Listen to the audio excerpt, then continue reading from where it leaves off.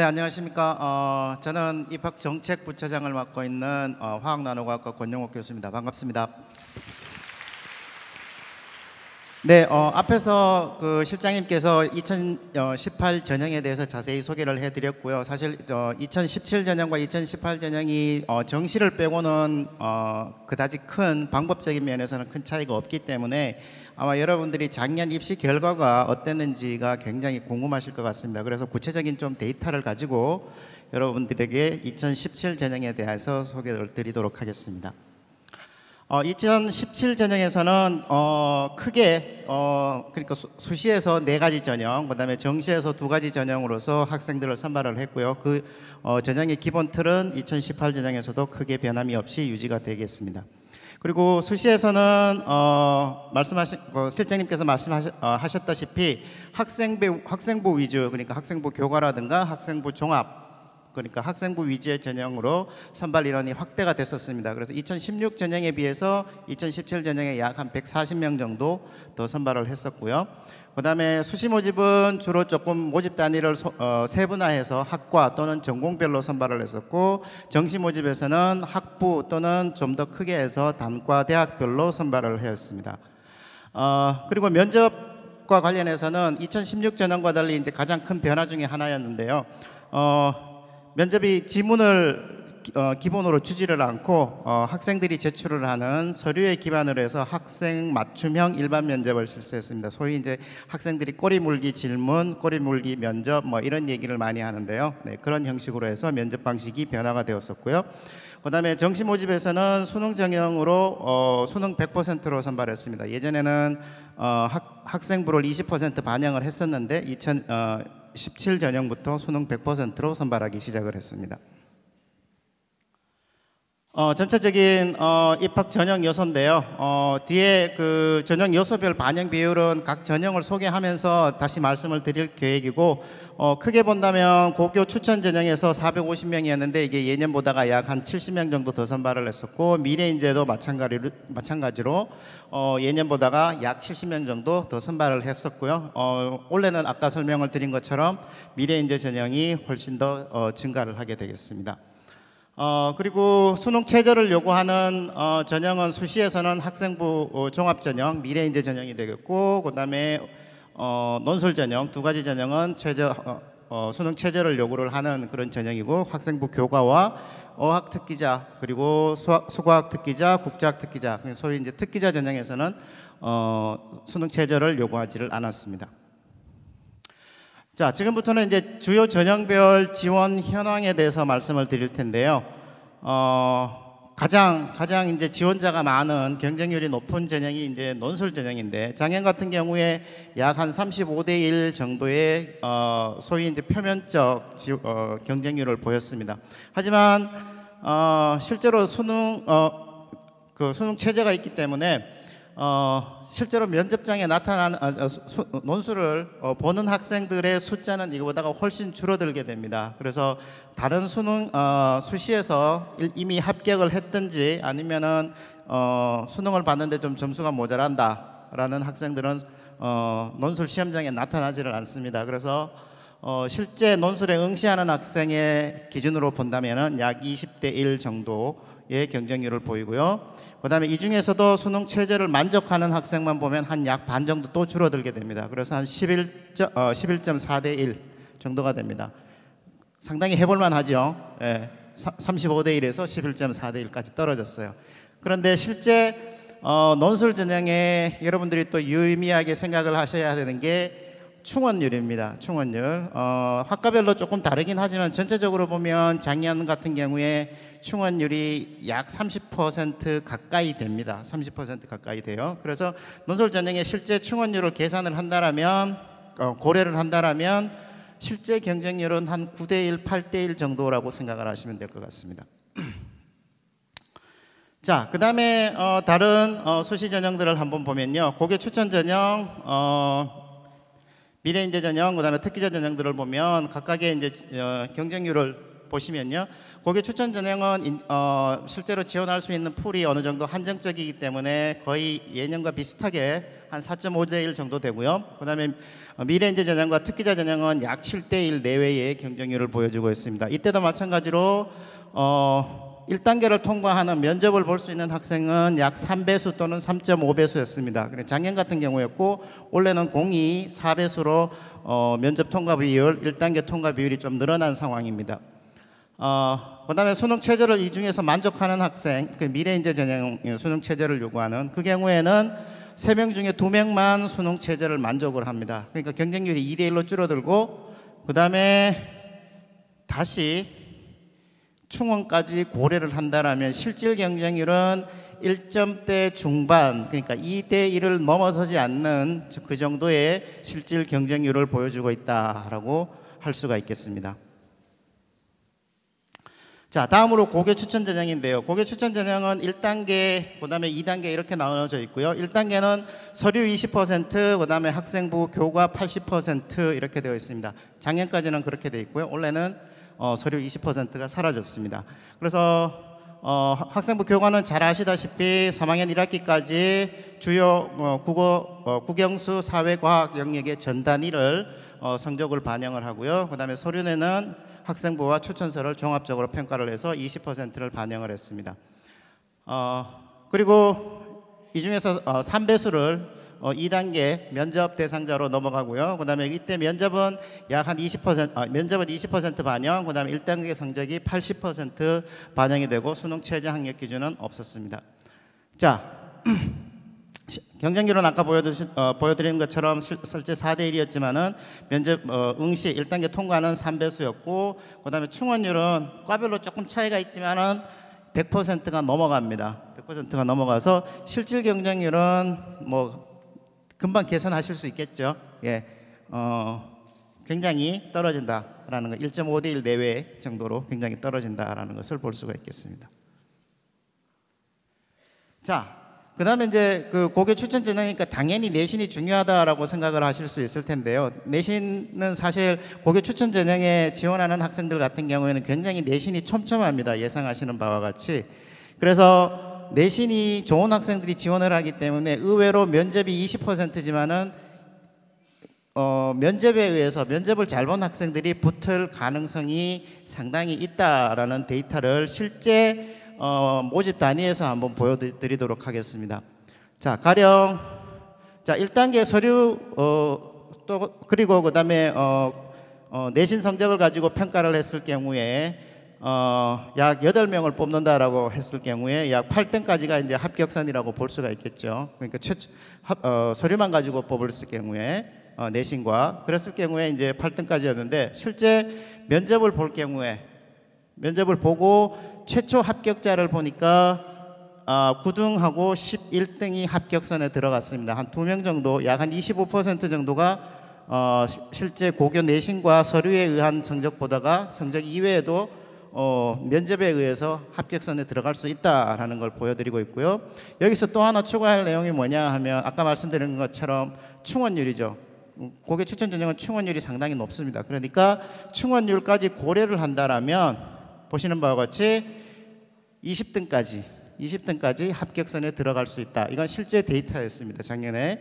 그래서 이렇게 되고요. 그 다음에 관심 있어 하는 내신을 본다라면 이거는 이제 가장 낮은 경우였었는데 1.58 정도, 그러니까 내신 등급이 이 정도인 학생도 작년 같은 경우에는 합격한 예가 있었다라는 것을 보여드리겠습니다. 그래서 실제로 고교 내신이 조금 만족스럽지 않더라도 면접에 의해서 합격 가능성이 충분히 있다라는 것을 여러분들이 좀 캐치를 해 주셨으면 좋겠습니다.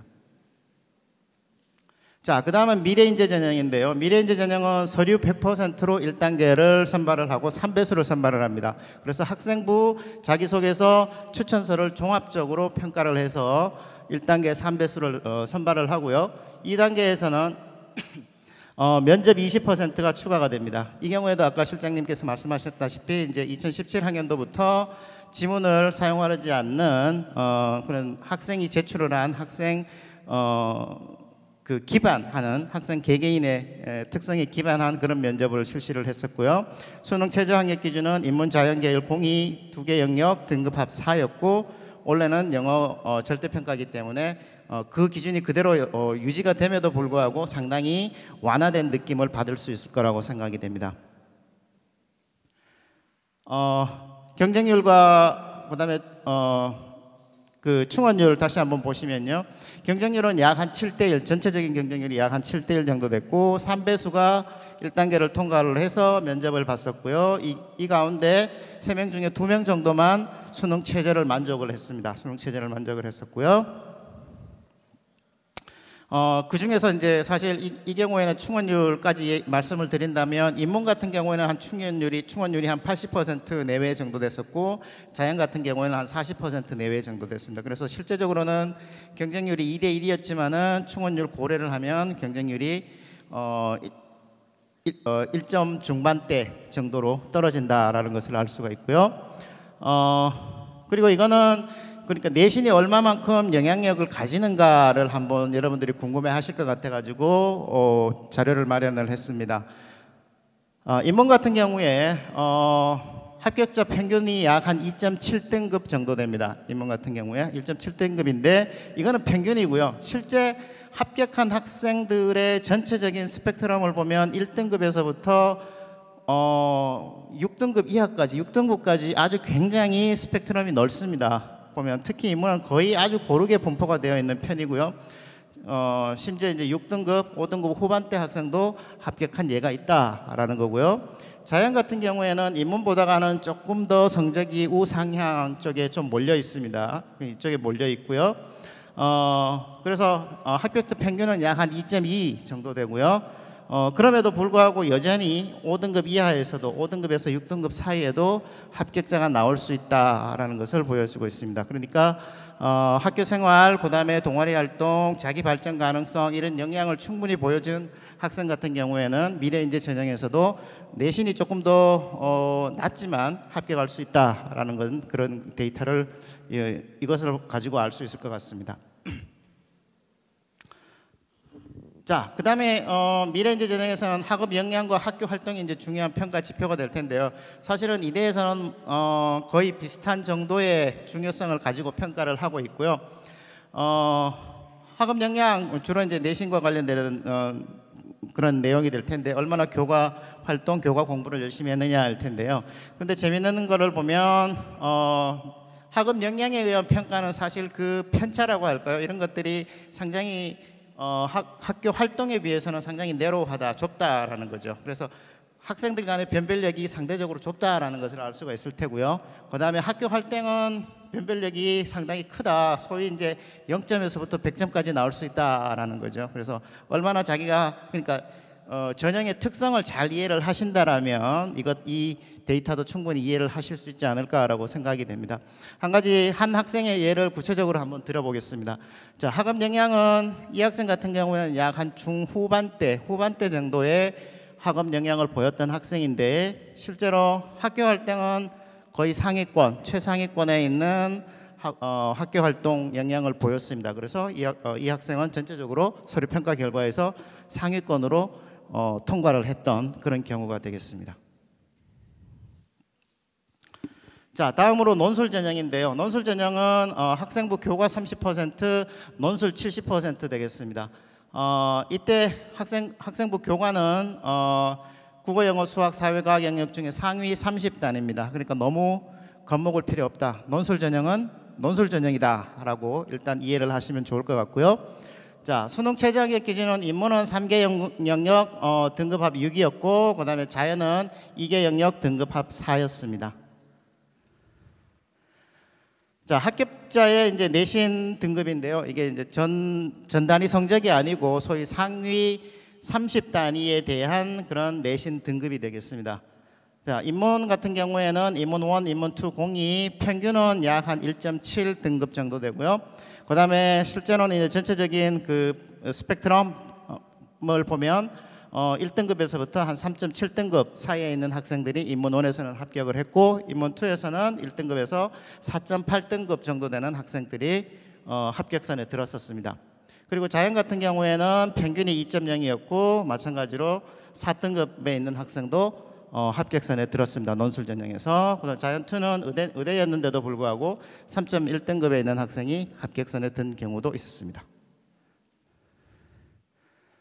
자, 논술 점수인데요. 뭐 오늘 여러분들 논술을 실제적으로 이제 한번 시험을 봐서 아시겠지만 굉장히 어렵거나 그 고차원적인 그런 문제를 하지 않습니다. 여러분들이 실제로 수업 시간에 배웠던 그런 지문, 그런 학습 내용 그런 것들을 그대로 가져와서 교과서 내에서 출제를 하기 때문에 상대적으로 아마 그러니까 상대적이란 말은 좀 그렇지만 어쨌든 여러분들이 생각했던 것보다 상당히 평균이 높다라고 좀 생각을 하실 수가 있고요. 여기는 또 사실 일부 부분 점수도 들어가기 때문에 그것도 고려를 해야 할 것 같고요. 인문 같은 경우에는 평균은 약 65점, 그다음에 인문2 같은 경우에는 한 67.6 정도 되고요. 그다음에 합격선에 든 학생들 같은 경우에는 약 74점, 그다음에 거의 80점 가까운 그런 점수를 보였었고요. 자연 같은 경우에는 평균은 굉장히 낮습니다. 한 43점. 그러니까 잘 푸는 학생이 있는 반면에 좀 양극화되어 있다라고 볼 수가 있겠죠. 문제라서.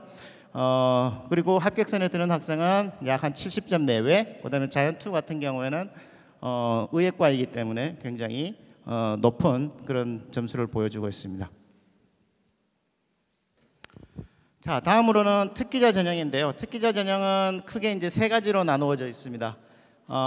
세 가지 특기자 전형으로 이루어져 있고요. 서류 100%로 1단계를 선발을 합니다. 3.5배수를 선발을 했고요. 그다음 학생부 자기소개서 추천서를 종합적으로 평가를 해서 1단계 3.5배수를 뽑고 2단계에서는 면접 30%, 그다음에 1단계 성적 70%. 실제로 이제 미래인재 전형과 거의 비슷하지만은 특기자 전형이기 때문에 면접에 조금 더 포지션이 높았다라는 것을 볼 수가 있고 면접 자체도 상당히 심층적인 그러니까 심층 면접을 받습니다. 이 경우에는 수능 학력, 최저 학력 기준이 없었습니다. 먼저 어학특기자 전형은 주로 인문대에 있는 4개 학과에서 어학특기자 전형을 받습니다. 그러니까 영어영문학부, 도고동문학, 불어불문, 중어중문학이었고요. 그다음 인기 있는 학과 영어영문, 중어중문이 조금 경쟁률이 높았었고 충원율은 약 100대 1, 그러니까 실질 경쟁률은 한 반으로 줄어든다라고 볼 수가 있겠습니다. 그다음에 국제학 특기자 같은 경우는 국제학부에서 선발을 했었고 경쟁률은 약 7대 1, 충원율은 그거보다 조금 높은 144%였고요. 그다음 수과학 특기자 같은 경우 의예과와 그다음에 사범대 수학교육과 과학교육과 그다음에 공대에 사이버 보안 전공, 그다음에 컴퓨터 공학 전공, 그다음에 자연대의 전 학과에서 수학 특기자 전형으로 학생들을 선발을 했고 마찬가지로 의예과, 그다음에 과학교육과 화학생物분자과학부가 좀 인기 있는 학과라서 경쟁률이 상대적으로 높았고 충원율은 182%였습니다. 그래서 이것도 마찬가지로 1단계를 통과하는 비율이 3.5배수였으니까 충원율이 181%였으면 어느 정도까지 합격이 됐을지 감이 오실 거라고 생각이 됩니다. 자, 다음으로 이제 그 예체능 서류 전형인데 예체능 서류 전형은 크게 이제 두 개 학과에서 예체능 서류 전형으로 학생을 선발을 했습니다. 디자인 학부 같은 경우에는 서류 100%로만 선발을 했습니다. 면접도 없이. 그래서 학생부 활동 보고서 추천서를 종합적으로 평가를 했었고요. 그다음에 수능 최저 학력 기준은 세계 영역 합의 9였습니다. 경쟁률은 굉장히 높았지만 충원율도 172%로 상당히 높았습니다. 그다음 체육과학부 같은 경우에는 1단계, 2단계로 나눠져 있었고요. 1단계에서는 서류 100%로 평가를 했었고 그다음에 2단계에서는 면접 30%를 추가를 해서 심층 면접을 통해서 최종 합격자를 선정을 했었고요. 그다음 경쟁률은 11.1대 1. 이 경우에는 충원율은 10%로 굉장히 낮았습니다. 거의 대부분이 최초 합격자들이 그대로 남아 있었다라고 볼 수가 있겠습니다. 그다음 마지막으로 수능 전형인데요. 수능 전형은 2017학년도부터 내신을 포함하지 않고 수능 100%로 선발을 했었고요. 그다음에 표준 점수를 사용을 했고 그다음에 탐구 영역 같은 경우에는 저희 학교 자체적으로 변환 표준 점수를 사용을 했습니다. 그리고 한국사는 성적에 따라서 10점까지 가산점을 부여를 했습니다. 그래서 총 1010점 만점으로 했었고, 그다음에 계열별로 수능 반영 비율을 보면 원래는 뭐 영어가 절대 평가라서 동일 비율 다 25%로 반영이 되지만 2017학년까지는 영어가 30%, 그다음에 사회 탐구 영역, 과학 탐구 영역 중 택일해서 20% 반영을 했고요. 자연계열은 동일 비율 25%로 반영을 했습니다. 자, 경쟁률인데요. 경쟁률인데 인문계열 같은 경우 그 의과대학에서도 인문 쪽에서 학생을 선발을 했었습니다. 그때 경쟁률은 약 한 3.8대 1이었고 스크랜턴이 좀 높아서 6대 1이었고요. 그다음 전체적으로 보면 인문은 약 한 4대 1 내외 정도라고 보시면 될 것 같고, 자연계열 같은 경우에는 그거보다는 조금 높습니다. 그래서 약 4점 중반대 그리고 5점대까지 가는 그 정도의 경쟁률을 보여주고 있었고, 그다음에 세계학과 스크랜턴 대학, 그다음에 신산업융합대학 간호학은 인문과 자연을 통합해서 선발을 했었습니다. 자, 이 데이터도 아마 궁금하실 것 같은데요. 단과대학별 수능 100분위 점수를 보시면요, 2016학년과 2017학년도인데 제일 위에 있는 거는 사실은 이제 스케일이 100점에서부터 89점이기 때문에 조금 크게 보이는 거지, 실제적으로는 점수 차이가 그다지 크게 나지 않는다. 2016과 2017이 뭐 그다지 큰 차이가 나지 않은 상황이고요. 제일 위에는 의학과 인문 학생, 그다음에 자연 학생, 그다음에 인문 계열, 그다음에 이 밑에 자연 계열이었는데요. 자연 계열에 실제로 이제 조금 밑에 있었던 것이 뭐 여러분들 예상하셨다시피 그 좀 공과대학계 과들이었는데 2017학년도부터 이제 4개 학부로 통합해서 선발을 했습니다. 통합해서 선발을 했는데 전체적으로 성적이 약 한 1%에서 1.5% 정도 2016학년도에 비해서 상향했습니다. 상향이 돼서 2017학년도에는 인문은 거의 비슷했었고요. 자연은 전체적으로 성적이 상승을 한 그런 결과를 보여줬습니다. 그런데 이제 올해 또 2018학년도부터 이제 새로운 그 입시 그 전형을 우리가 도입을 하기 때문에 큰 변화가 있을 거라고 생각이 되고요. 그래서 인문 계열과 자연 계열을 통합해서 선발을 합니다. 통합해서 선발을 하죠. 그래서 더군다나 정시에서는 지금 20%로 뽑는 인원도 줄어들고 통합해서 선발을 하기 때문에 예상하기로는 실제로 지금 여기에 있는 인문계열이나 자연계열에 있는 그런 학과들의 성적보다는 상향되지 않을까라고 조심스럽게 예측을 하고 있습니다. 자, 마지막으로 여러분들한테 2018 전형에서 어떤 전략을 가지고 지원을 하면 좋을까 5가지 팁을 한번 마련해 봤는데요. 첫 번째는 주요 대학의 전형 흐름을 파악하라. 실장님께서 아까 잘 말씀을 해주셨죠. 그러니까 전형 흐름은 전체적으로 보면은 수시의 비중이 늘고 있죠. 작년까지는 약 70%가 조금 안 됐다가 올해는 70%가 넘었어요. 74% 가까이 되는 비율로 수시에서 학생들을 선발을 하고요. 더군다나 그 중에서 수시에 있는 전형 중에서 학생부 종합 전형의 비율이 상당히 높아지고 있습니다. 전체 비율로 보면은 전체 학생 숫자로 보면 한 10,000명 정도 더 뽑게 되고요. 그다음에 여러분들이 관심 있어하는 소위 이제 주요 대학만 다시 비교를 해서 본다라면 학생부 종합 전형으로 약 60%, 교과로 10%, 그다음에 논술로 약 한 20% 이렇게 뽑습니다. 그래서 기회를 본다라면 학생부 종합 전형이 상당히 매력적인 그런 전형이 될 수 있을 거다라고 파악이 되고요. 그다음에 실질 경쟁률을 주목하라. 아까 보여드렸다시피 굉장히 많은 전형에 이제 한꺼번에 지원을 할 수 있습니다. 그래서 표면적인 경쟁률에 너무 집착을 해서 이 학과 이 대학은 너무 경쟁률이 높구나라고 실망을 하실 필요 있는데 전혀 실망하실 필요가 없다라는 것을 말씀을 드립니다. 그래서 중복 지원을 해서 합격된 학생 빠져나가고 뭐 수능 체제를 맞추지 못한 학생 빠져나가고 이런 식으로 해서 빠져나가면 실제 충원율까지 고려를 하면 경쟁률은 굉장히 낮아진다라는 것을 말씀을 드리겠습니다. 자, 그다음에 충원 합격까지가 진짜 합격이다. 뭐 이건 당연하죠. 그러니까 최초 합격으로 합격을 하면 당연히 좋겠죠. 예, 최초 합격을 합격하면 당연히 좋을 텐데 그래도 실망하지 마시라. 마지막 날까지 충원 합격자가 발표되는 마지막 날까지 핸드폰 배터리 나가지 않게 하고 전화를 기다리시면 좋은 소식이 올 수 있다라는 그런 메시지를 드리고 싶고요. 그 다음에 핵심 전형 요소를 파악하라. 그러니까 전형별로 굉장히 많이 나눠져 있지만은 그 전형이 추구하는 목적, 그 전형이 가지고 있는 특징 이런 것들을 파악을 하시는 게 좋겠습니다.